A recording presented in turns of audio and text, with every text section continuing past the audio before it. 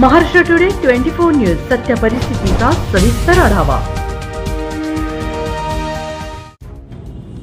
जालन्यात नव्याने बदलून आलेल्या पोलीस निरीक्षकांच्या नेमणुका। जालना जिल्ह्यात नुकत्याच झालेल्या बदलानंतर अनेक महत्त्वाच्या पोलीस ठाण्यांना नवे प्रमुख मिळाले आहेत। पोलीस अधीक्षक अजय कुमार बन्सल यांनी या नियुक्त्यांचे आदेश काढले आहेत।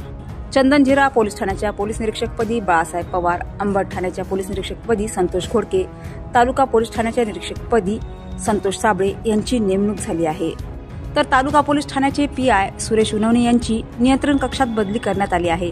जालना जिल्ह्यातील काही पोलीस ठाण्यांमधील पोलीस निरीक्षक बदलून गेले आहेत, तर काही जण बाहेर जिल्ह्यातून जालन्यात बदलून आले आहेत। पोलीस निरीक्षक दर्जापर्यंतच्या पोलीस अधिकाऱ्यांच्या जिल्ह्यांतर्गत बदल्या झाल्या आहेत।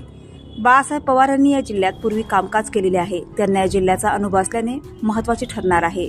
चंदनझिरा हद्दीतील गुन्हेगारी रोखण्याचे बाळासाहेब पवार यांच्यापुढे आव्हान असणार आहे। दरम्यान अंबड पोलीस ठाण्याच्या हद्दीतून मोठ्या प्रमाणात अवैध वाळू उपसा होत आहे। हा वाळू उपसा रोखण्याचे मोठे आव्हान घोडके यांच्या समोर असणार आहे। महाराष्ट्र टुडे मराठीसाठी ब्युरो रिपोर्ट विलास गायकवाड, जालना।